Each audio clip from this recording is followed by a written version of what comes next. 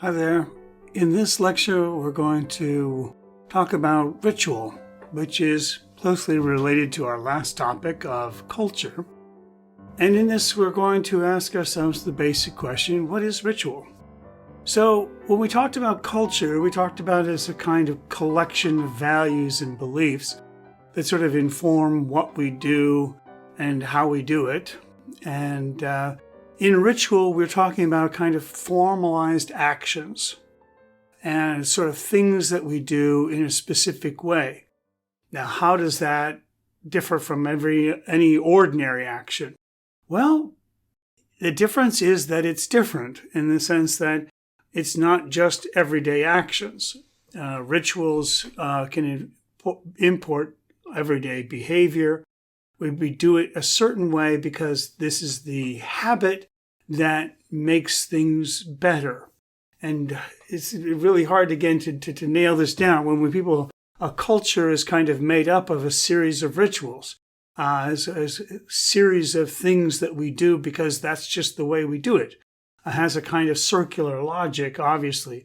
But there is no real ultimate rationale for ritual or culture. But they have a kind of internal logic to the people who perform them. And again, it's part of this idea of social continuity. The fork needs to be on the left and the knife and spoon on the right. That would be the sort of ritual way that dinner is served. And why are there so many rituals there? Well, because these meals are fraught times. They're times when we have a lot of anxieties about getting together and settling down. And so we do these things to kind of smooth over differences, the way these things are established. Now, a lot of different anthropologists have talked about what ritual is and how it functions in culture. Because, of course, if you're an anthropologist, a cultural anthropologist, understanding ritual is supposed to get you closer to understanding culture. And so Emil Durkheim was one of the first to really talk about this idea of ritual as being a kind of foundational element of our beliefs. And he spoke of it sort of like, Darwinian evolution, in that sense that we first had rituals and they grew in complexity and they created religions. And then from that, we have our modern belief. Well, that makes sense if you're looking at it from the outside, but the actual history of practices of religion, we don't really have a sense of evolution, that religious beliefs and cultures don't really evolve like biological beings. There are certain processes that seem to have grown and changed over the centuries as human beings have encountered, and lived in greater number and greater specialization. Those kinds of impacts on the society have been seen across a number of different people. But there's something about ritual which is very distinctly related to itself, and it's a kind of community behavior. People are speaking to each other in a sort of called symbolic way. And it was Claude Lévi-Strauss who sort of tried to get people to think about something being done. We do this in this way. We have, the mascot come out and do a ritual dance at halftime as a way of kind of promoting a kind of collective need for unity and during this fraught competition. And so these symbolic actions, what is the mascot? Why does the mascot have to be this or that? These are all kinds of things that are born of the kind of symbolic language of the group. The third theorist, I think, which is really important to look at, is Victor Turner, who doesn't think of it as necessarily it's about the kinds of things that are being done. It's more about the way things are being done, that there's a deep structure to ritual. And that deep structure is a way of coping with crisis, or what he broadly calls social dramas. So, with Victor Turner's theory, he says we have 3 parts to a social drama, and that most rituals actually also conform to these 3 parts. A ritual is born of a kind of a crisis. And with that crisis, society has to undergo a kind of separation, which is sort of a breakdown of everyday, ordinary behavior and the adoption of very specialized behaviors or actions during the crisis. Then, with a kind of resolution, there is the sense of a development. In the case of a crisis, the person who has been in question of their new status, either they achieve a new status or they are just brought back into the society as a whole. Okay, the new status could be elevated or it could be demoted, a change in a person or individual status. These are the sort of aspects of social dramas, and social dramas, well, they are so many different kinds. Whenever there is a sense of, the ordinary structure of society is breaking down, this is where we go to take someone to a court of law, and their status as citizens or their status as free people or is in question. And they are separated. Maybe they have to be put in jail during the court trial, or maybe they have probation, or they're not probation, but they're closely monitored. They go to court, they stand trial, the jury hears the case, and finally the ruling comes out, and we have this new status. They are free, they are innocent of all the crimes, or they're guilty. And if they're guilty, well, their status is now as felon or criminal or what have you, and then they're put where they need to do to serve time to come in. And then after that period, they are necessarily reintegrated into society. So there's this sort of ways in which crisis works in this idea. The key thing here is this middle one, the number 2, the separation, which Victor Turner calls the liminal state. And we're going to be talking a lot about the liminal state because it impacts this idea of this special, distinct time, place, thing that is not an everyday thing. It's not for all time, for all places, and all people. It's a very unique object, and it plays a very pivotal role in defining this time of chaos and how to lead oneself through it. So, as Victor Turner points out, ritual actions follow the same pattern as social dramas, but they involve more symbolic action than real events. And even still, he points out that a lot of ritual is not necessarily liminal. It's actually what you might call liminoid. It's a reenactment of a crisis. It's not an actual crisis. So let me explain these two different ideas. Liminal is an actual criminal trial. Liminal is a sport competition. The two teams go in and nobody knows going in who's going to win, whose the status is going to be the winner, and whose status is going to be the loser. A marriage ceremony. Two individuals go into a ceremony, and if all goes well, they become a married couple. They have a new status. They are married. In a funeral, there's a moment, but someone has died. There's this funeral for them, and then they are recognized by the community as having been deceased. And these are the ways in which real events and real things that happen in people's lives can be treated in this kind of ritual fashion. Another kind of thing that is sort of reflects on these crises, but is not a crisis itself, is a kind of reenactment of a court case. In a courtroom drama, something you might see on television would be, a liminoid experience, right? It's something that's being reenacted. The court case is already settled. They're just acting it out. You can see a movie about a sporting event, something like Bad News Bears, the story, the play, they're acting like it's a real competition, but it's not really a competition. A marriage in a play, of course, the people in the play are not really getting married. They're just acting like they're getting married. And then there are all kinds of songs and other things about loss and death and dying. and divorce and troubles and arguments. All of those things are not real arguments. They're not real loss. They're just a kind of play acting on the theme of that. And you think, why would people do this? Why would people want to imitate or pretend to be in a kind of crisis?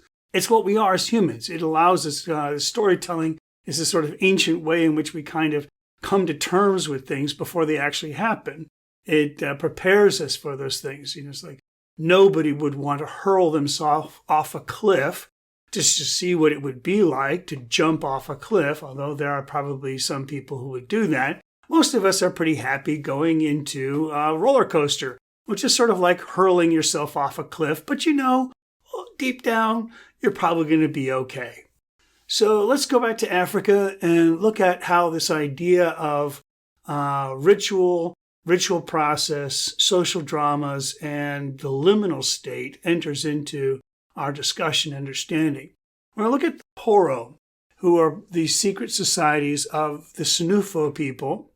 What's chiefly important to these secret societies, these are, again, a farming group, and these secret societies of farmers, they need to learn how to farm, and they need to learn how to undertake the responsibilities of being productive members. And to do this, they enter into this kind of secret society.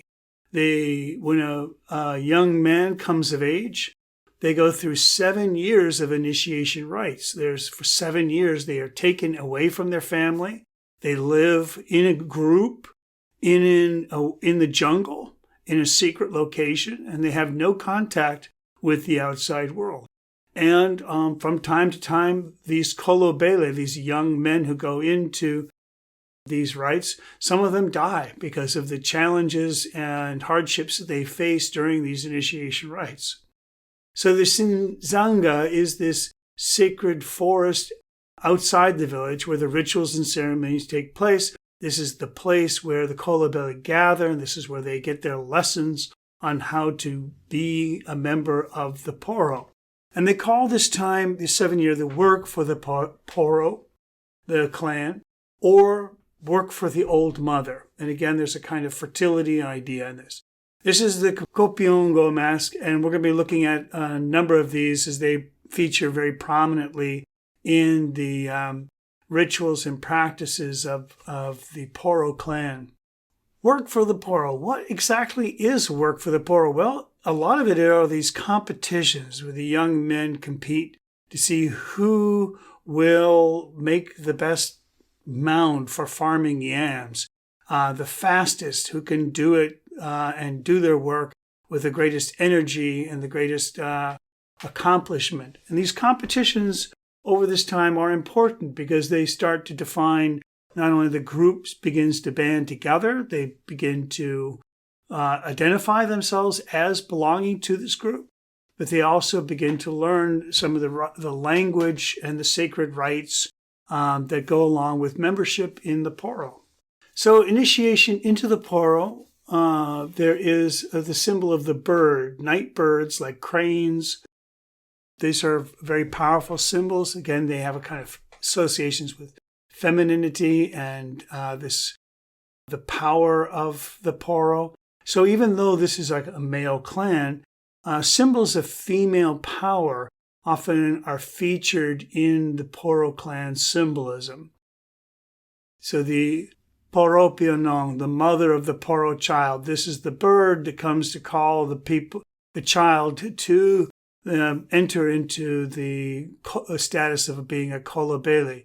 This is also called the Sijin or the Kasingili, the first ancestor. And you can see a lot of these ideas that you're being sort of brought back and into this sort of ancient order of the Poro. So many of the things, as I said before, the 7 years they spend in the forest learning to be farmers and joining in the rituals, a very important job they get while they're there is that they participate in funerals. And this is one of the only occasions where the kolobele actually get to return to the village. During a Poro funeral, a kolobele Bele or a new member of the Poro, they will adopt these Irajo masks. And these masks are kind of comical, a little scary. The person who wears them is completely hidden. No part of their skin is allowed to be seen. And they kind of move through the community. And they signal to the people in the community that a funeral is about to take place. They're sort of comical and scary at the same time. I can't help but think they look sort of like scary clowns, the way they move and act at this time.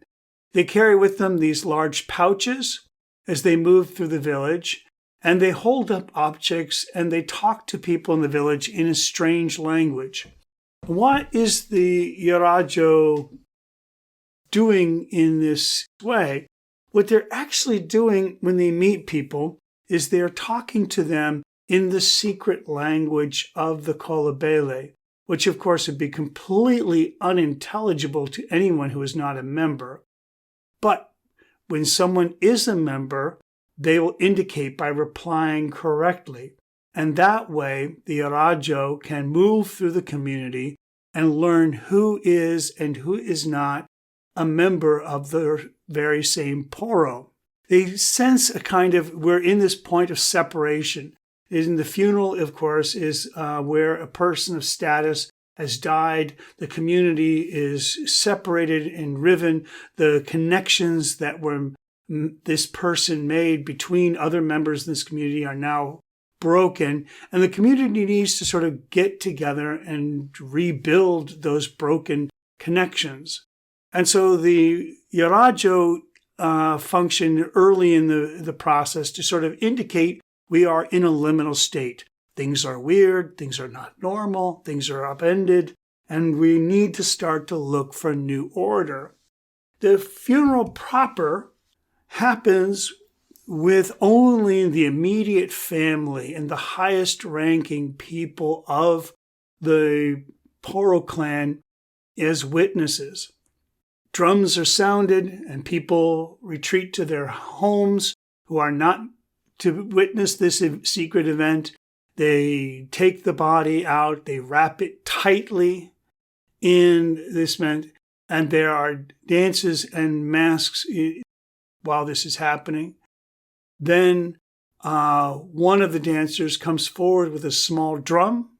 He circles the corpse, and as he comes closer and closer, he is beating his drummer until finally he's right on top of the wrapped up corpse. He strikes the drum 3 times, and this is to separate the spirit from the body, so the spirit will no longer linger. And then very quickly, the body is taken and buried in a secret location. And so this is the way in which the Poro community tries to make sure the spirit is sent safely and swiftly on its way, that it does not linger, it does not harbor any ill will to any of the living members of any family. And the body is not marked, the grave of the body is not marked in any way, shape, or form. Now, let's talk about Kuponyongo mask. This kind of mask can be found in a number of different areas around the Senufo. And this is actually one you can see at the Art Institute of Chicago. It comes from the mid-19th, 20th century. Sometimes I remember from my days in art history as an undergrad, they called this the fire spitter mask. And I saw pictures of people putting hot coals in the mouths and dancing around and sparks flying from them. I have never heard or seen anything like that since, so I'm very suspicious about what that's all about, or where that'll come from, or whether that was just something they did for tourists or anthropologists.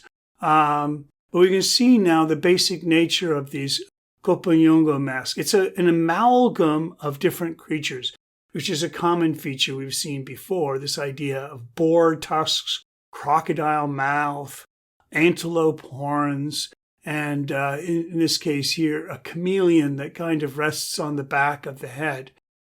This sort of combination of animals is meant to represent the sort of supernatural power of this beast that is the sort of spirit essence of the Poro clan. And it comes out during times like this funeral, a time of crisis, when the Poro needs to gather its strength and take on new directions.